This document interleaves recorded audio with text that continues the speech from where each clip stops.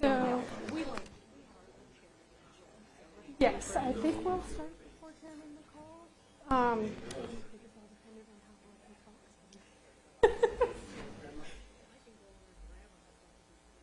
You may have more luck than I do, Congresswoman.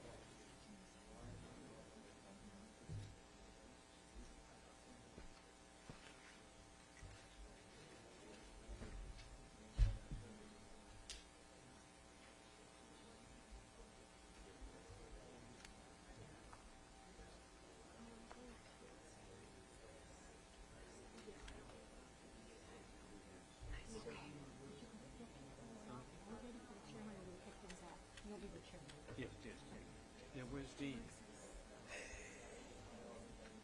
President Dean? Yes. No, we can start. Sorry.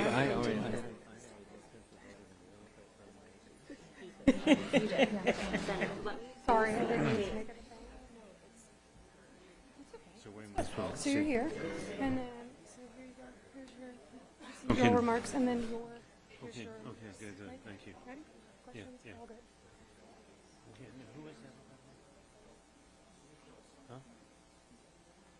Keith South. Oh, so far. Okay, and then, now, and I need their names, Chandler, Keith South, and the other, the brand new one. South Carolina.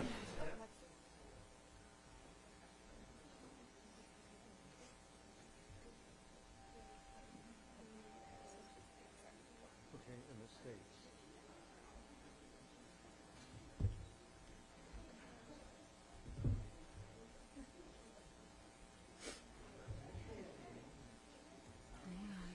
Get your names.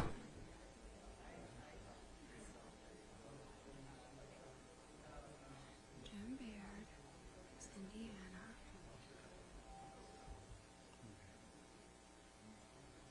Okay. Is it Sarah? Sarah Jacobs. Oh, no, oh God. Okay, Sarah Jacobs. Jacobs. Okay, California. Indiana. Keith Self. Texas. What's his first name? Chairman McCall is here, so I'm gonna probably have to.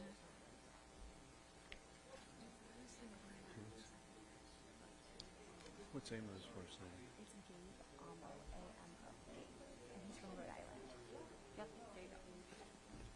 Good. Stuff. Yep.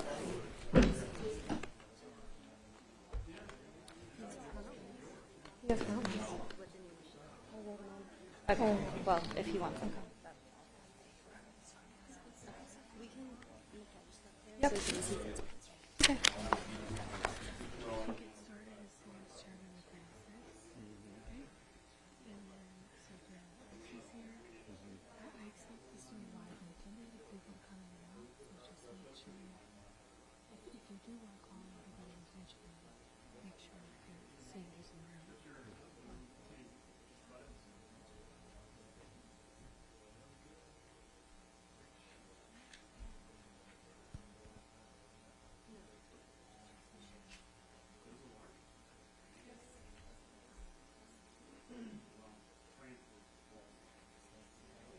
Hey, Keith's office from where? Texas.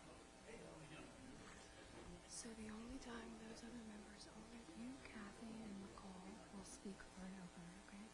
They're only going to speak for questions, the other members. And the idea is to go in order of seniority, and then I'll let the staff help you Give me, with they that, just, okay? they'll give me a list, okay? Now, hey, I'll call on. Hey, Alex, yes, hey. Hey, Yeah, can you sit Jimmy by his side?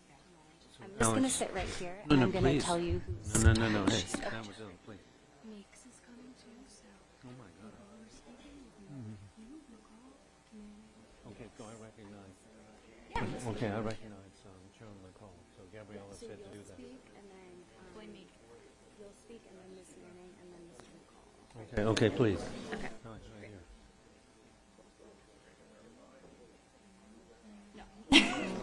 They're not. So that was us.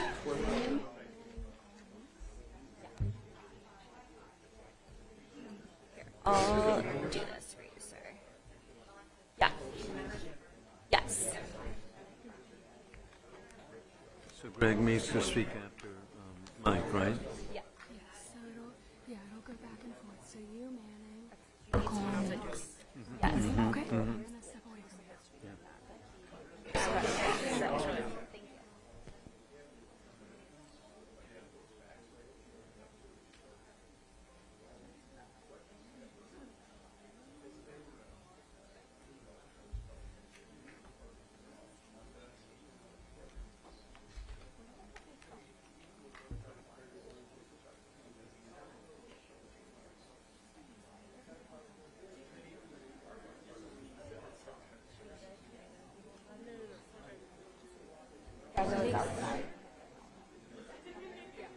Hey, Alex, this could be fun for you now, because Brad. Great. Okay, Brad Snyder. Brad, I will Illinois. let you know the order Okay, in Brad. which to recognize members, Okay, but yeah. we're going to start with Chairman Wilson.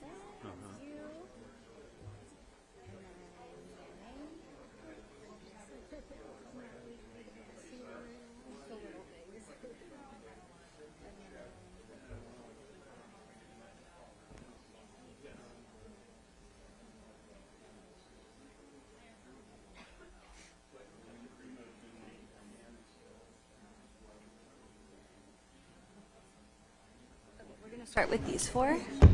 Good, And then, good. and then we'll move into questioning. Okay, so the four of you are going to give opening statements, and then we'll do questions. Good.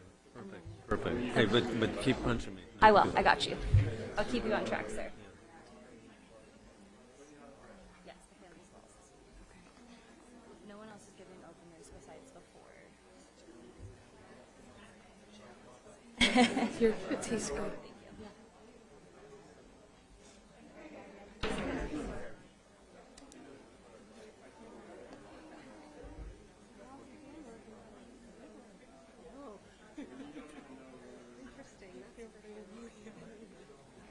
Trying to keep my head above water. Sir, we can start whenever you're ready. I think, Okay, yeah, I was gonna- I think since the chairman and the ranking member are here, and I know Chairman McCall has to leave. I was going to wait for them to be seated now, shouldn't I? I think you can No, I think you ask should them ask to them be to seated. people to take their seats. I'm happy to go tell Chairman Ask the McCall. chairman. So, Good.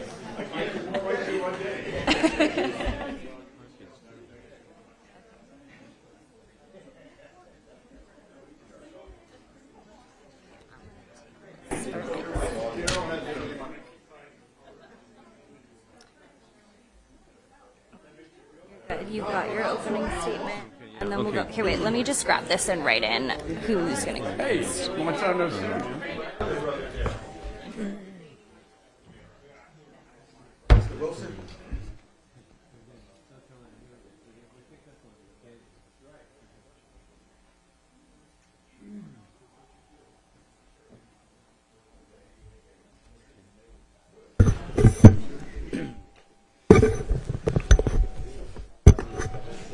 okay, you ready? You ready?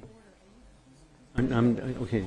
Me, you, Mike, Greg, then we.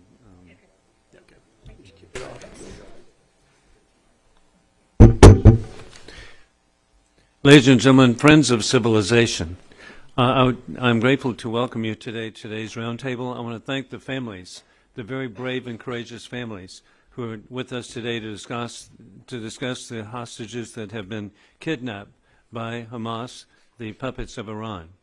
And to show how important this hearing is, I'm just very grateful that as chairman of the Middle East Subcommittee, I have the opportunity to chair the committee, but we actually are really fortunate to have the chairman of the Foreign Affairs Committee, Mike McCall, and we have the ranking member, Greg Meeks, Texas Republican, Greg Meeks, Democrat, New York.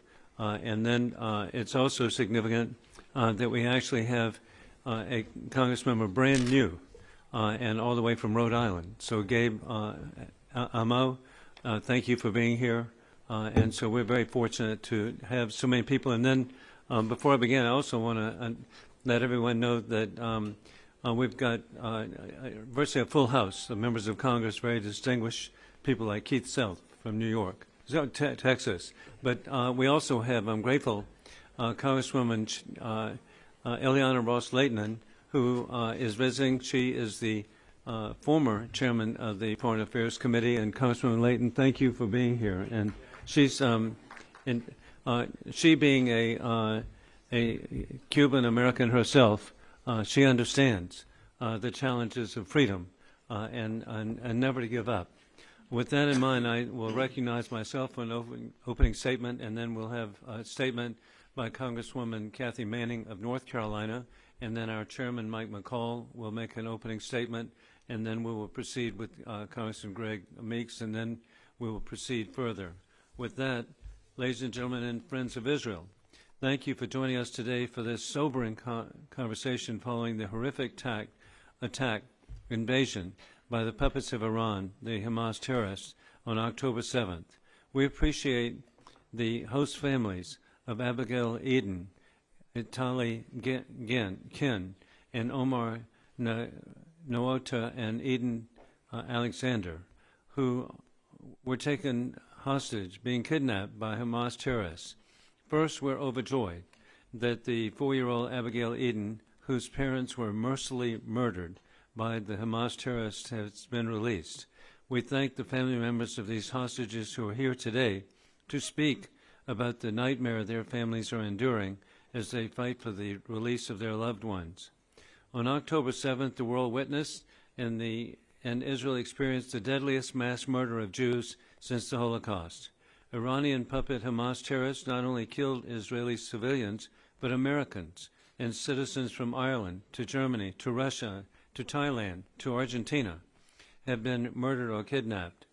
Hamas terrorists murdered over 1,200 Israelis in cold blood and kidnapped over 240 innocent people, holding them as hostages under inhumane and barbaric conditions. This hatred is not just shocking. Hamas outlined their plans in a 1988 covenant stating their intentions for the world, and that is, quote, The day of judgment will not come about until Muslims fight the Jews. When the Jews hide behind stones and trees, these stones and trees will say, O Muslims, O Abdullah, there is a Jew behind me. Come and kill him. End of quote. It's so tragic that, indeed, Hamas made it perfectly clear what they intend to do, and it's a declaration of genocide against people of Jewish heritage. We must work tirelessly to bring home every hostage, freeing them from the murderous terrorists who kidnapped them. We know that the civilian deaths in Gaza are human shields, with Iranian puppet Hamas terrorists solely responsible for the tragic deaths in Gaza today. Hamas terrorist puppets of the Iranian regime seek to break the spirits of those they seek to destroy, but they will not succeed. We are united in our mission to free all hostages from captivity by the Hamas puppets of the regime in Tehran. Your presence here today sends a strong message of unity and unbreakable spirits.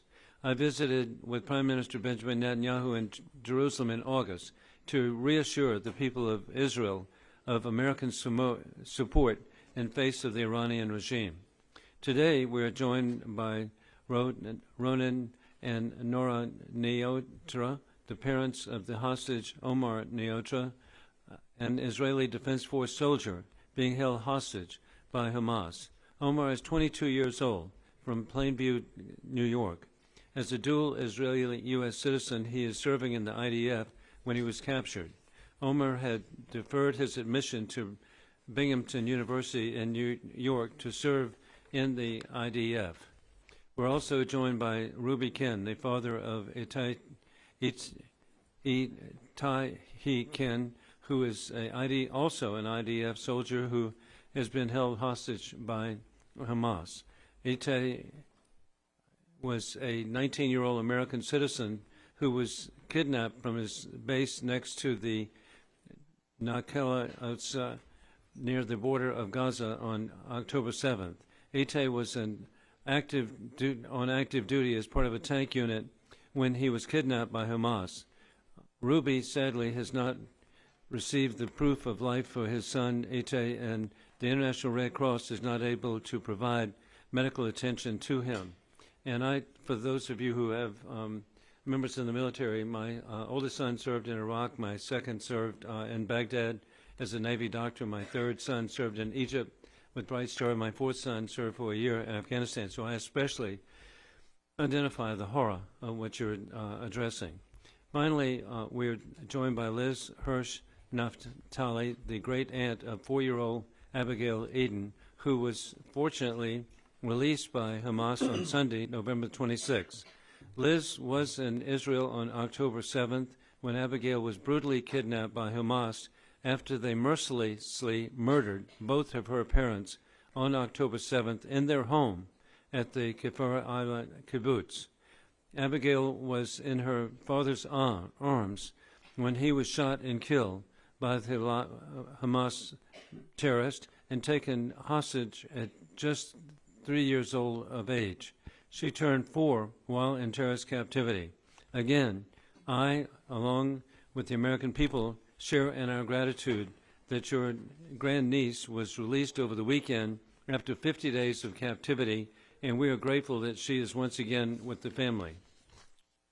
We will not stop, and again, joined by the leadership of the Foreign Affairs Committee, until the remaining hostages, including an estimated 9 Americans, have been released.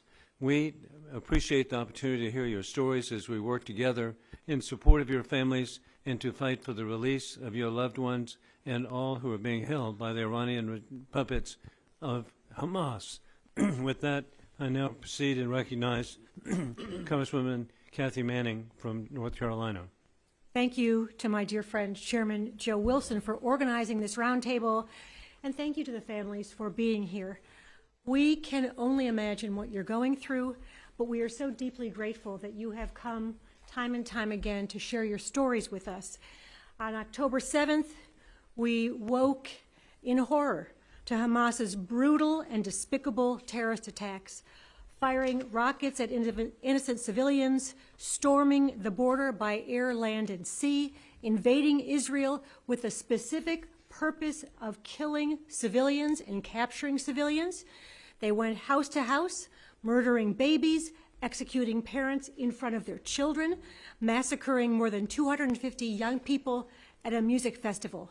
And in addition to the 1,200 people that Hamas killed that day, they took an estimated 240 innocent civilians hostage in Gaza, including elderly women, children, and babies. Like so many of my colleagues, I have spent the past 6 weeks meeting with the families of the hostages. People like the Siegel family from my state of North Carolina, whose relatives Keith and Aviva were kidnapped from kibbutz Kfar Aza, and fortunately, Aviva was released this weekend, but Keith is still captive. And of course, I've met with each of you, with Hagit and Ruby Chen, with Ronen and Orna Nutra, Yael and Adi Alexander, Liz Hirsch Naftali, and Noah Naftali. We're so grateful for you being here. I feel like you're all my extended family by now. I think about your loved ones every day, and I talk about them as often as I can, because just like you, I want to make sure that they are not forgotten with everything else that's going on in this world.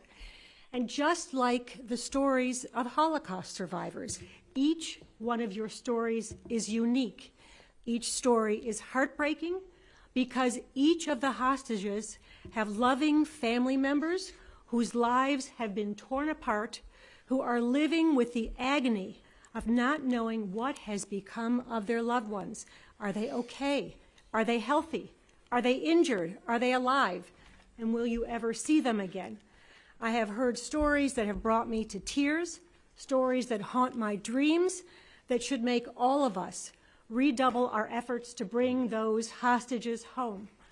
The past few days have seen significant breakthroughs in attempts to bring the hostages held by Hamas home to the families. And I applaud the efforts of the administration, of Israel, the regional partners, who have worked to ensure that the agreed upon hostages are released, but there is much more work to be done.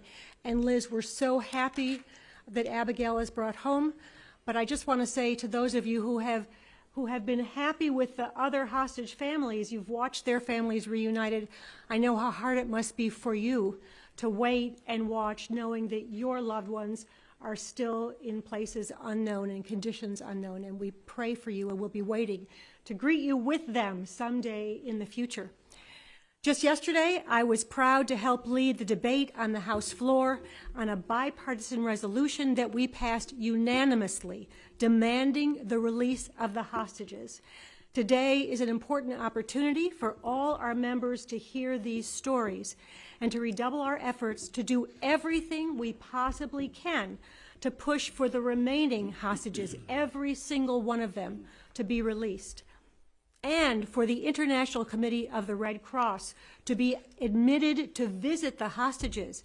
And countries around the world should join in demanding the immediate release of the remaining hostages. But I just want to mention how outrageous it is that the Red Cross still has not been allowed in to meet with the hostages, and we continue to call for the Red Cross to be allowed to meet with the hostages. So thank you again to the chairman, to the chairman of the subcommittee, to the chairman of the full committee and ranking member.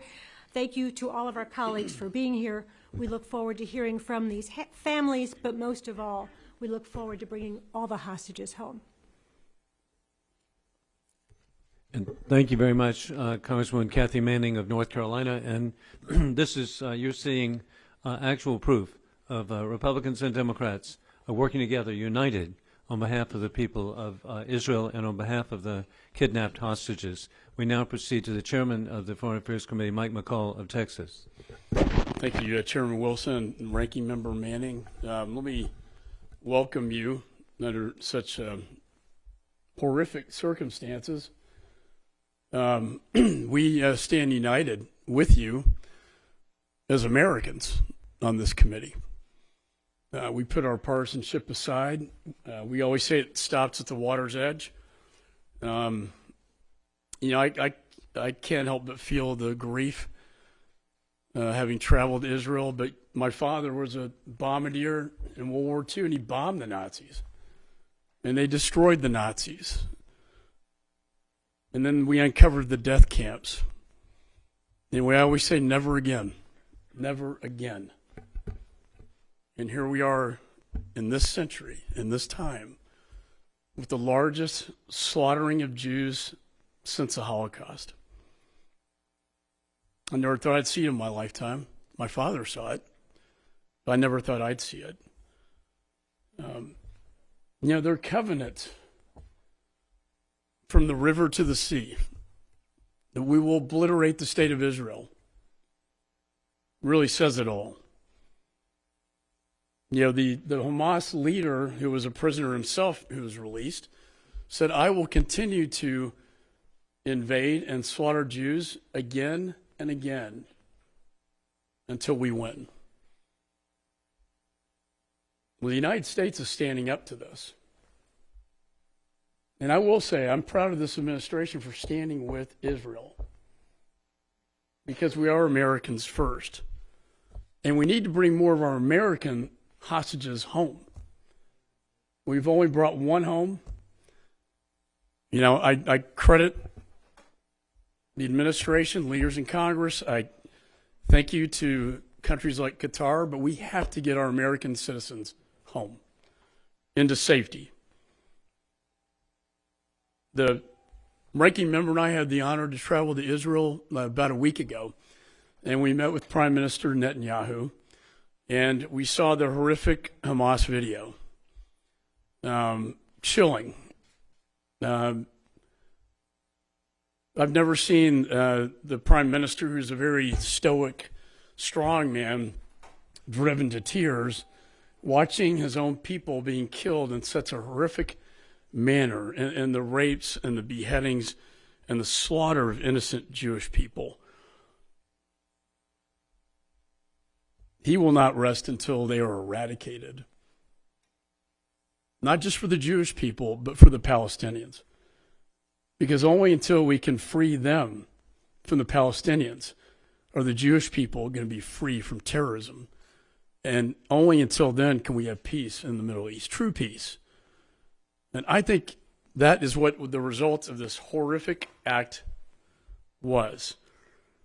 But I will not rest. I know the ranking member will not rest, and members on this committee will not rest until we bring every American back home to the United States. I'm so delighted that Abigail made it out of that hell, and hearing them describe the conditions. And we met when we were there with the brother of Emily Hand, a beautiful 9-year-old girl who was finally released. But we need more. We passed the most bipartisan resolution in the history of the Congress condemning Hamas and standing in support of the state of Israel. More co-sponsors than ever in the history of Congress, which speaks volumes about where Congress is. As you see these Hamas protesters in the streets, know that the American people, by the representatives, support you and support the state of Israel. And I just want to close with the mother who I met with not very long ago, whose son is still in captivity. She said her son was, a translation in Hebrew was the son of light. And she said, Chairman, lightness will defeat the darkness. I know it so. His lightness, our lightness, will defeat this darkness in Gaza, this hell, this darkness of captivity will be ultimately defeated by the light. And that is really what this message is all about. Thank you. Thank you very much, Chairman Mike McCall. And we now proceed to Ranking Member Greg Meeks of New York. Thank you, Mr. Chairman. First, let me associate myself with the remarks of you, Chairman Wilson, of you, Chairman McCall, of you, Vice Ranking Member Manning. Your words, your thoughts are moving, and I think that you speak for all of us. Let me say to the families, because as Mr. McCall has said, I've had the opportunity, whether it was in Israel or recently, anytime I see you, you give me hope. That's why your presence here is so important. I really can't imagine what you're going through. I really can't. I'm a father of three daughters and 3 granddaughters. I can't imagine on a Saturday afternoon, my daughters and my grandkids on a regular day happen to be bright and sunny, going out about their normal business. And then all of a sudden, terrorists come and change their lives forever. The video that Chairman McCall talked about, where we could see some who were taken hostage, how they were taken hostage. That's inhumane. It is unconscionable. But yet, thank you for having the courage to be here today to tell your story. Because it is so important that your story is told. And it is even more important that we don't stop until your loved ones are returned to you. And when they are returned, the story still must be told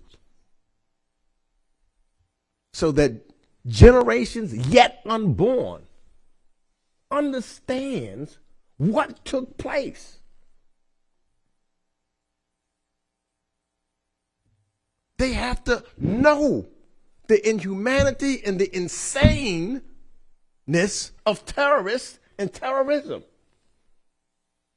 You can't be human and take, as we've seen, babies, 3 years old. We're glad and we want to make everybody has to be 3 years old just to think that somebody's going to take a 3-year-old and hold them hostage.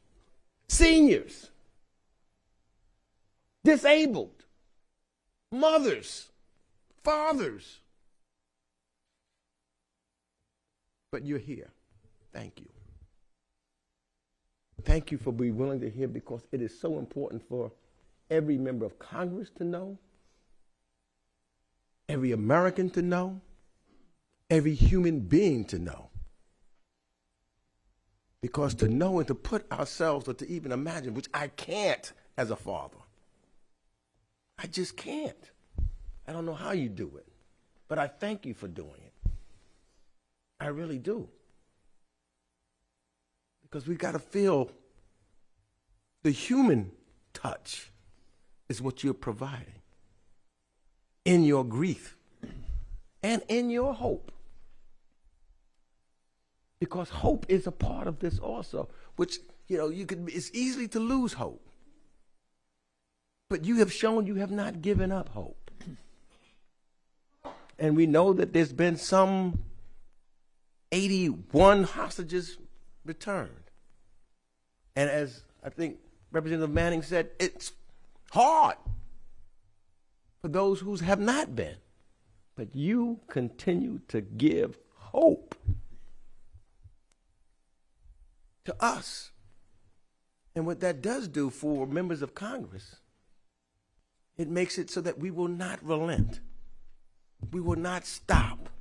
We will not forget. We will continue to work. We will put politics aside until your hope becomes a reality of the return of your loved ones. Thank you. Thank you. The United States Congress, the American people, and the world owes you a deep, deep thank you for doing what you do, because you are going to make sure that they are never forgotten and returned home. even in this time of your concern. May God bless each and continue to bless each and every one of you. Thank you. Thank you very much, Ranking Member Greg Meeks. And indeed, it's a great honor. I appreciate so much Chairman McCall naming me as the chairman of the Middle East Subcommittee. And of all the events that I've had the privilege and opportunity to work with, this is the most heartfelt that indeed we've all faced. And you can see it's from the heart and bipartisan, our standing with you, your families, and the people of Israel. And we're grateful for your courage to have as guests here today Ronan and Orna Nutra, Ruby and Hagit Ken, and Liz Hirsch Naftali, all who know firsthand the pain and fear of having a loved one taken by the Iranian puppets of Hamas. We are honored to have them here to share their stories. I also want to welcome the Alexander family, whose son Eden is also being held by Hamas. You are cherished for being here today. Each of you, we would request keep your spoken words to 5 minutes in order to allow for members' questions, and you have a record number of members of Congress who are here who are dedicated to working with you. I now recognize Ronan and Orna Nutra to speak. Thank you, Mr. Chairman. Thank you for your kind words. Yes, thank you for having us here, and thank you for all of your support, really. We are Ronan and Orna Nutra, New York residents and parents of Omer, who was abducted by Hamas on Saturday, October 7th, and has been held hostage 54 days today. 54 days since the last sign of life. Can you imagine? It truly is unimaginable. Unimaginable that something like the events of October 7th could even take place. Unimaginable that after 54 days, not only is he still held hostage, but that the Red Cross has not been allowed access. Unimaginable that we find comfort in the fact that he was taken hostage and not murdered on that day. We'd like to tell you a little bit about our son, Omer. He's this big 6'2", tall guy, always with a smile on his face. He's a good friend, the kind that brings people together. In some ways, Omer grew up like any other kid on Long Island, crazy about sports, any sport, but especially basketball. Captain of his high school sports teams, regional president of his youth group, a true young leader. He's a dual citizen of both United States and Israel, and we raised him with a deep connection to both of his homelands. After graduating school, although accepted to college, he decided to take a gap year in Israel on a program together with his Israeli peer group. The closer he grew to his new Israeli friends, the more he reflected on his own identity. As a descendant of Holocaust survivors on both sides, both me and my wife, he understood the importance of strong Israel.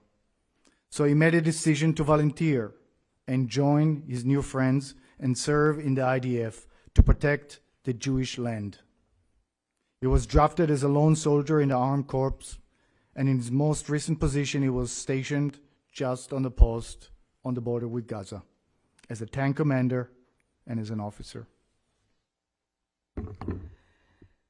We last spoke with Omer on Friday night, October 6th.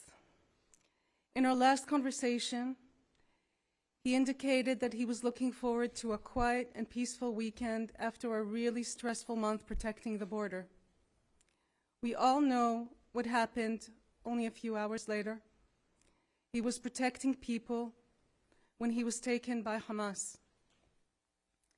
And since this day, our lives have completely turned upside down. We spend every waking hour fighting in his name, speaking on his behalf, in front of communities, with the government, with you, on the media. We're deeply grateful for the support that we've received from the U.S. government, from President Biden, who is committed since day one to bringing the hostages home. There has been some progress this week But Omer is still not with us, and the clock continues to tick, and not in our favor. There are still 150 hostages in Gaza, deep under the ground in the dark, some badly injured, with no medicine, with little food. So we appreciate your support, but we urge you to press to bring the international community to demand proof of life and other basic humanitarian requirements, and to bring them home as soon as possible. We must do everything to bring them back. Thank you. Thank you, Ronan and Orna. I now recognize Ruby and Hagit Ken. Thank you for having us today. We are here representing our son, Itai Chen, 19. But we also are representing 160 hostages. And the problem that we have, Chairman, time is running out. I'd like to recognize amongst the hostages the 9 U.S. citizens that are still not with us: Liat Benin, Omer Nutra, Idan Alexander, Hirsch Goldberg, Poland, Sagi Dekel-Chen, Gadi and Judy Hagai, Keith Siegel, and my son, our son, Itai Chen. We urge you and the U.S. government to do whatever it can. Time is ticking, and it's not in our favor. Itai grew up as a dual citizen, both living in Israel and visiting family here in the United States, Plainview, Fair Lawn, New Jersey, Boston. And when he got to the age of 18, he joined the IDF, was also stationed at a base next to the Gaza border. Important to say, in protection mode, protecting a sovereign part of the state of Israel that is not in some sort of international conflict, and was abducted and kidnapped on that Black Saturday. We had initial contact with him, but as the hours went by, we understood this wasn't a typical Saturday of some missiles flowing from one side to the other. We tried to get in contact with his team members, with other members that saw him, but contact was lost. Pretty soon, 9 a.m. in the morning was the last that we had any contact with him. Initially, we thought somehow he's been busy, he might, make it out. But after not hearing from him for 36 hours, we went to the headquarters of the police as a missing person and tried to figure out if the authorities have any clue about Itai. He was defined initially as missing in action, meaning nobody was able to identify him physically in the field. He was not in one of the hospitals, not in one of the deceased lists. That gave us some hope. Maybe he'll show up. After 4 days, Thursday morning, 6 a.m., we got a knock on the door. Just to explain to you what that is, you have on the other side 2 high-ranking Army officials. Believe me, you don't want your enemies to be able in that situation where you understand you do not want to open that door. But you also understand that there's no other choice but to open that door where your heart is going 200 miles an hour. We here today are sitting as the lucky ones that got the notification from the IDF is that he was abducted, kidnapped by the Hamas terrorist organization. That's the lucky thing, to get a notice. Ever since, we have no proof of life and no indication of his medical status. We just came today from the International Red Cross, explaining to them that the way that they operate in discreet manner is not the way that we expect them to operate in this case. They need to be vocal. They are the witnesses. They are the ones that see the hostages going out, They are the ones that need to be vocal and get the international community behind them. And explaining to the Hamas, they need to know and understand this is not acceptable by the international community. They crossed the red line by not providing medical attention or by allowing any type of visitation. And we urge the international community, this is not a U.S. issue. It's an international community humanitarian issue that all of the international community needs to get behind in order to solve this problem. We'd like to thank the Biden administration, the Qatar government, for putting in place this deal. This gives us hope. On one hand, we are happy for our family members, such as the Naftali family, for being whole again as much as possible. But there's also more work to be done. And we urge President Biden, the international community, to do what it can to get as many hostages out as soon as possible.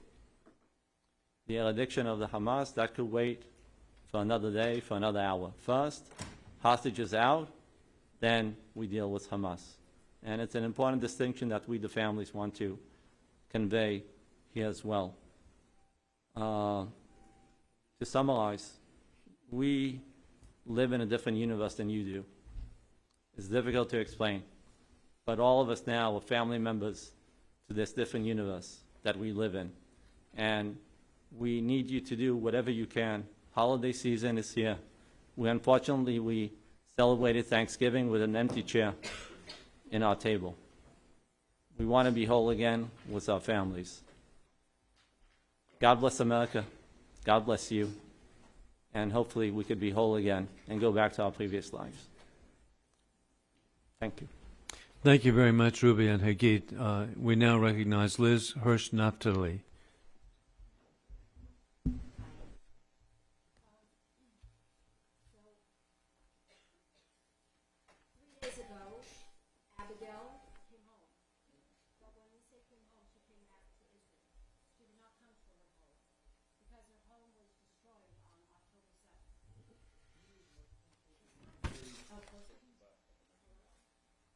How's that? Okay. Oh, now it's too long.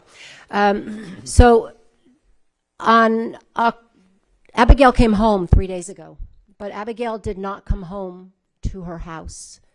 Abigail did not come home to her parents. Abigail came back to Israel, and we are blessed by the miracle of her coming home to Israel.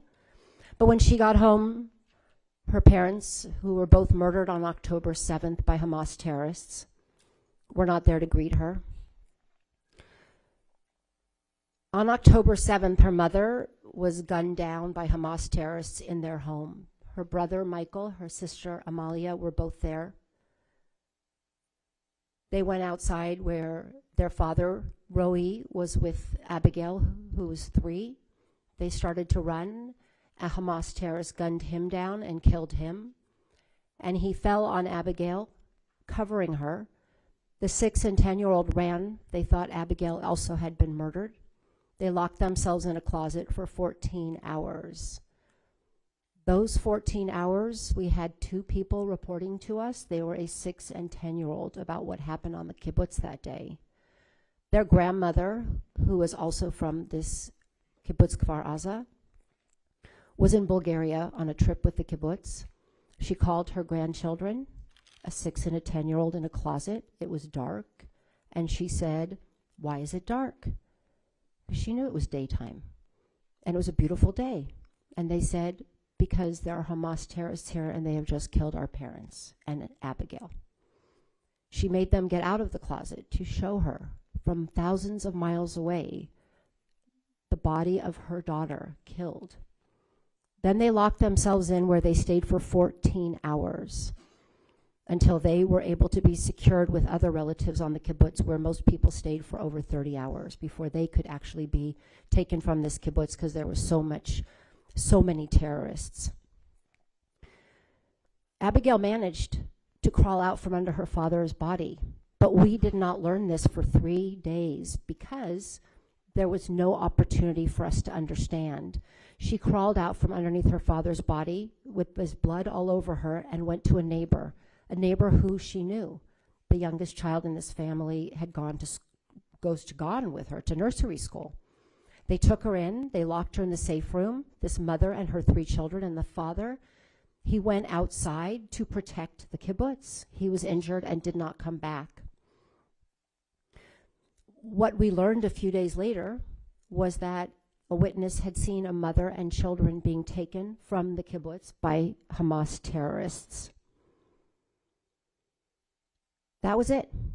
50 days. We did not know anything about Abigail's whereabouts. We did not know anything about this mother Hagar and her 3 children. We didn't know if they were together. We prayed that a 3-year-old was not alone, but was with a woman, a mother who she knew. 50 days. Now, we are blessed because Abigail came home to Israel 3 days ago. But when she arrived, and she had no parents, she was dark, she had no light. Her aunt and her grandmother went to meet her. She was thin, she was hungry. I won't even go into more description, but she had been somewhere in the dark for 50 days. The only blessing is that this woman, Hagar, had taken care of Abigail as though she were one of her own. When Abigail saw her siblings and her cousins, these young people coming to visit her in the hospital, she blossomed. The light came back. And every day we hope for Abigail to continue in this process. Think about it, a 6 and 10-year-old who have spent 50 days thinking they abandoned their sister, that if they had thought that she was alive and brought her to the closet, she would not have been there. What I'm trying to explain is the effects of this for the entire family. We think about Abigail. I also think about Michael and Amalia, a 6 and a 10-year-old carrying this in their hearts. The stories keep going on and on. We are blessed that Abigail is with her aunt, her uncle, her cousins, her sister, her brother, her grandparents. And some people might say, Liz, why are you still here? You won the lotto. Your relative is home with her family. But what has happened in the last 6 weeks, and many of you saw me 6 weeks ago, and all of you know this picture of Abigail. And 6 weeks ago, I put this picture of Abigail on my desk, and my daughter said, how can you look at that? It's so sad. This is my daughter, Noah. And I said, this is my strength. This is our hope. This is why we are doing what we are going to do for the next. I naively thought it wouldn't take this long. I thought, how long could this take? But what I'm here to say is these people who are here speaking about their American sons, those folks in Israel and around the world who are waiting for their loved ones to come back, we're now a family. We are here for each other. And I will continue, and Noah will continue, and our family in Israel will continue to support the return of Omer, Itai, Idan, and all of these young people. I also want to bring out that there are young women that we have to get out of there, because I will not say what is happening, but we all know what is happening to young women. They need to come out. We have other children. We have old people. We need to get them out. And I so appreciate all the work that everybody here is doing. And I can only add my words of, Abigail's the hope. We see that people are coming out. We need to keep them coming out. We need more to come out, and we need them to come out really soon. Because when I see those faces, and you all see those faces, after 52, 53 days, they can't stay there much longer. So I want to thank you for having us, and thank you for really making this your priority, and that we know that this is something everyone here agrees on. So thank you. Thank you very much, Liz. And Noah, thank you for being here with the release that you stay involved is so important. God bless you. As we proceed to questions, we'll begin with a further statement by Chairman Mike McCall, who has another commitment. But Chairman McCall, thank you. No, thank you, Chairman. Liz, thank you for that powerful story and all the families. I have a meeting with some ambassadors from the Middle East to talk about this issue, among others, and we will not rest This committee will not rest until we get your loved ones home and get our Americans home. And as the mother of the hostage told me, lightness will defeat the darkness, as you mentioned. Abigail was in darkness, and now she's in light. And that is my great hope. And as Moses said, let my people go. Let my people go. So, shalom. I will see you again soon. Thank you. Thank you. Thank you very much, Mr. Chairman. And we now will proceed with questions from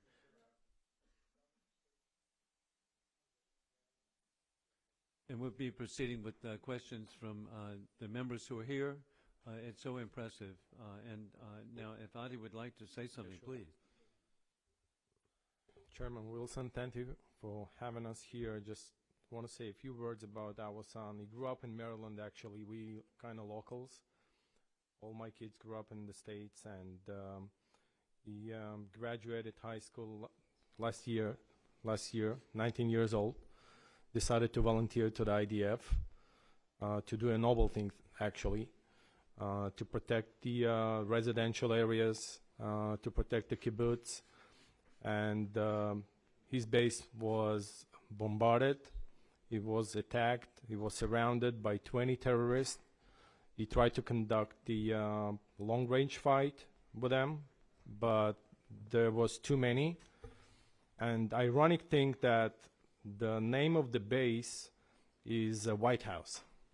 So the White House is an art gallery. It's an old Turkish building next to Kibbutz Nir Oz, and it's a small post actually next to this art gallery protecting the Nir Oz. And Ronan's son, Omer, actually was part of that base as well. So few soldiers, they were dispatched into the border, and my son stayed at this post guarding the small base along with 2 non-combatants. And when the soldiers came back into the base, they discovered that 2 non-combatants were killed and he was missing. So they took him.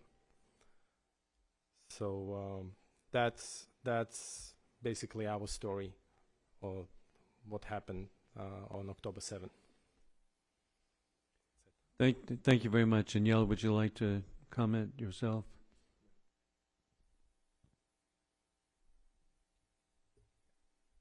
Hi, everyone. I'm just going to say that I was in Tel Aviv October 7th. I was speaking with Idan October 6th at Shabbat dinner. We were doing FaceTime with all the family and saying hi. And I thought it's going to be like a regular Saturday for him. And at few minutes before 7 a.m. when he called me and he told me, Mom, we are getting a lot of bombs and it's like war here. I'm seeing stuff, like terrible stuff. I was so surprised that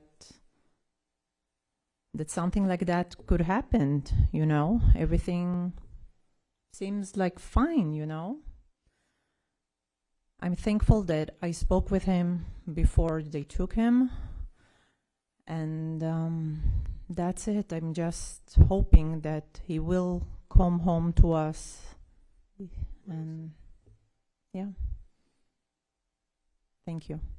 Thank you. And again, each of you are just so cherished by us and so appreciated by your courage of being here.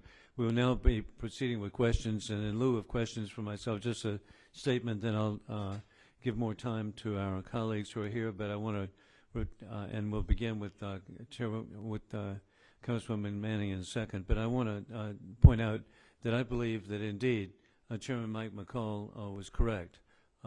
We need to stand together to eliminate and defeat Hamas, the puppets of Iran, for the people of Israel. But it's also for the people of Gaza. It's for the people of the West Bank. It's not just for just some specific. It's broad.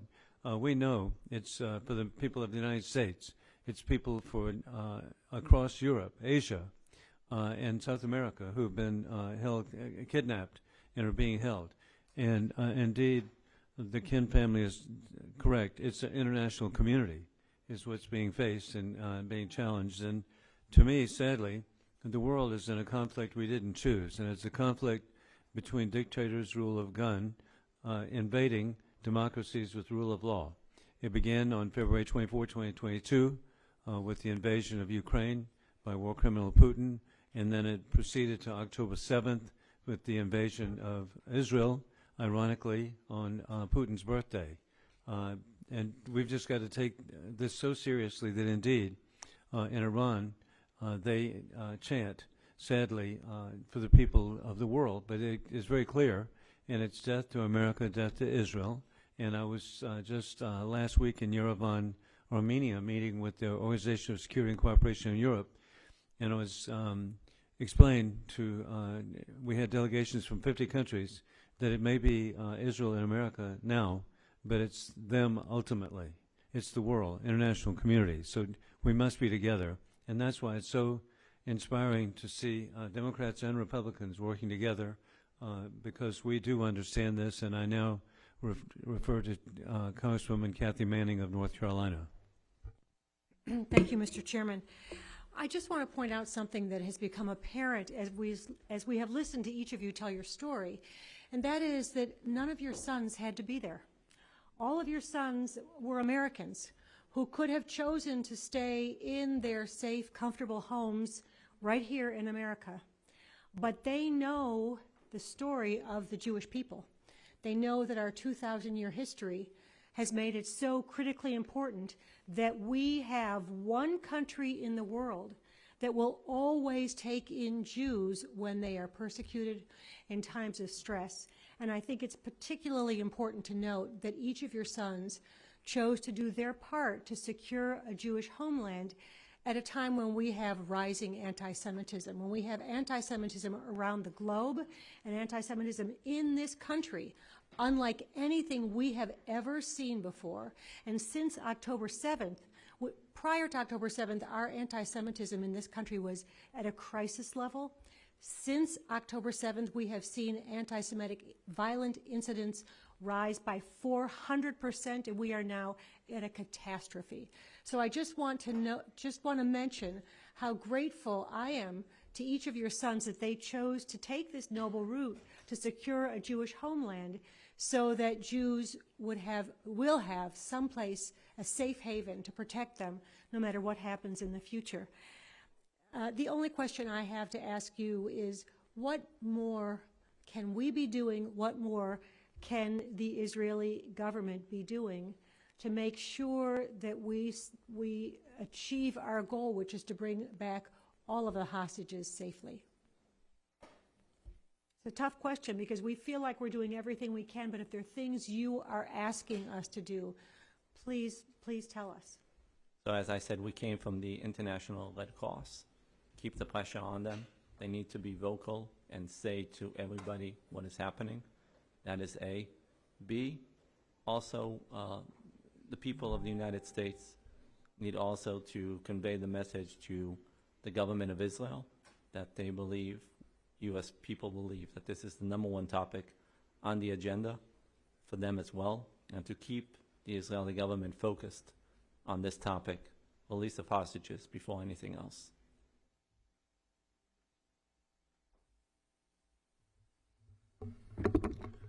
You just can't stop. Time is of essence. We try to illustrate it here. There are wounded young people, there are elderly. It doesn't matter whether they're soldiers or civilians. As far as we're concerned, there are kids, there are kids, they need to come home. And this has to be on top of mind. It has to be discussed. It has to be in the public eye, in the international community. Everybody has to shout, these kids, these families must be reunited. And the sooner the better. Keep the pressure on Qatar, keep the pressure on Egypt, rally the international community to use any resources they have on this. Get this done.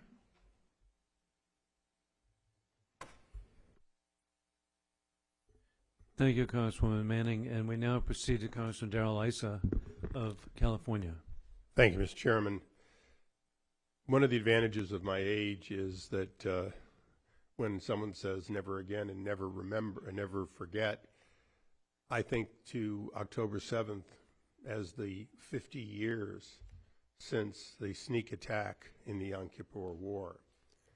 It's no accident. It's no accident that 54 days later, the terrorists are still holding hostages that they took specifically to give themselves leverage. I think it's no doubt for any of us that it was only through the United States supporting its ally Israel and Israel's aggressive action that brought the pressure that has brought some home. And so, although I heard the answer to the last question and I completely empathize with it, I have to say, isn't it, and it's a question, don't we need to do both?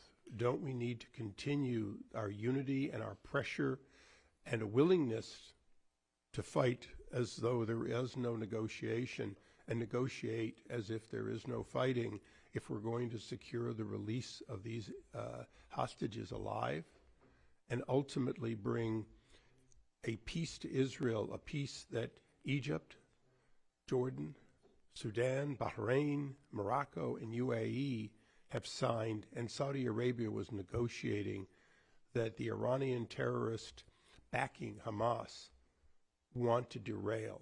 And so I ask that as the toughest question to ask a family, is there something you want us to do other than do both? Do all of the above. Never forget. Never give up on the force it takes to pressure them to release the hostages. Never quit negotiating. And never forget that this cannot be allowed to happen again 50 years later by the act of these terrorists. So that's a hard question to ask you, and I'm asking almost the mirror of the last question. Don't we have to do both?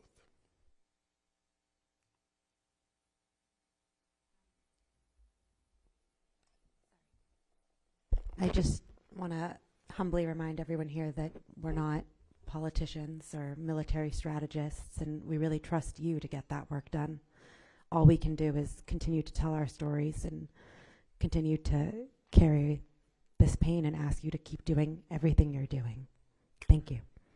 Thank you. And that's what I'm suggesting, is that everything we've done, the unity that we've shown in Congress and with an administration, the pushback on Iran's policies of spreading around the world false narratives, it seems that we have to do all of that. But I in a sense, as we go forward with what might be many more days or weeks before all the hostages are freed, and months or even longer before Hamas is eliminated from all of the world, but particularly from Gaza, you know, I want to hear it, because I so much want to be supportive of what you, as citizens of Israel and suffering family, want, because your priorities should be our priorities. Congressman Issa, I will keep going on. We are here for these hostages.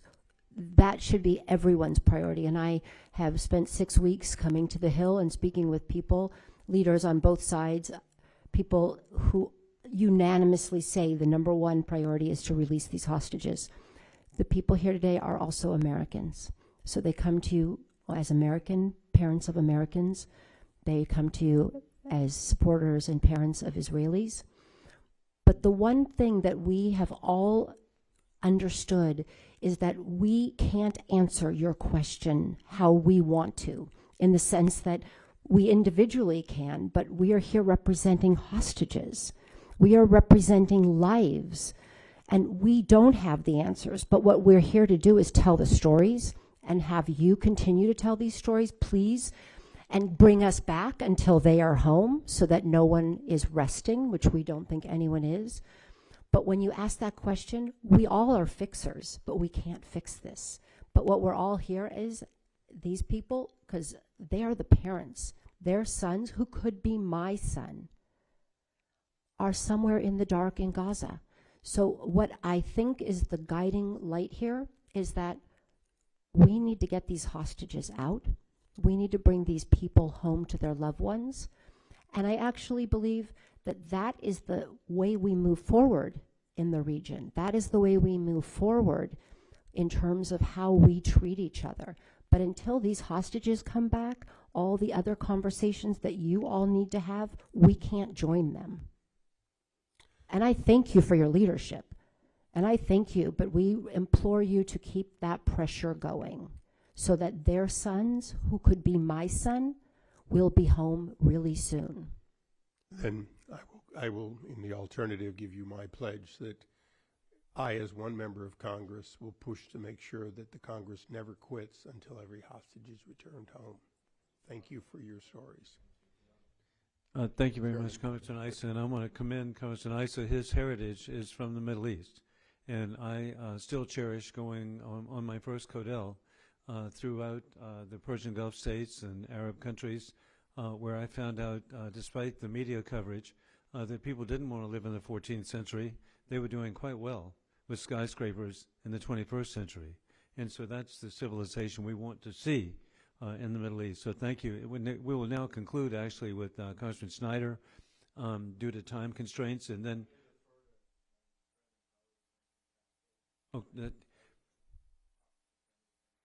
here. And as we conclude, I'd like to have everyone reassemble behind the table for a picture with members of Congress and our very cherished guest. Sure. Thank you, Chairman. And I want to express my sorrow for all of the parents and family members who are going through this situation, and want you to know that I share your concern that the release of hostages should be the #1 priority. I know that you aren't here to be political or to take sides one way or another on politics. I have been critical of the Netanyahu government because I feel as though they were not prioritizing the release of hostages for the first month or so. I don't expect any comments on that, just to let you know.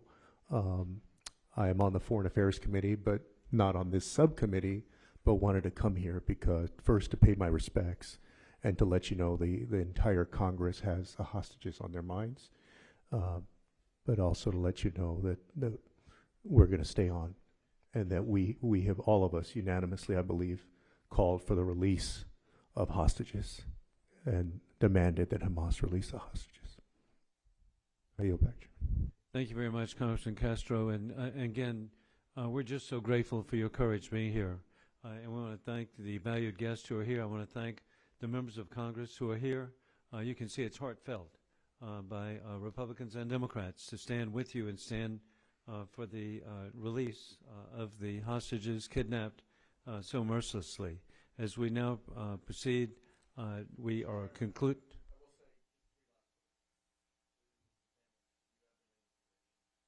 Here. And indeed, you go see, Republicans and Democrats are really united in our love and affection for each of you. With that, we conclude and with a brief picture. Thank you.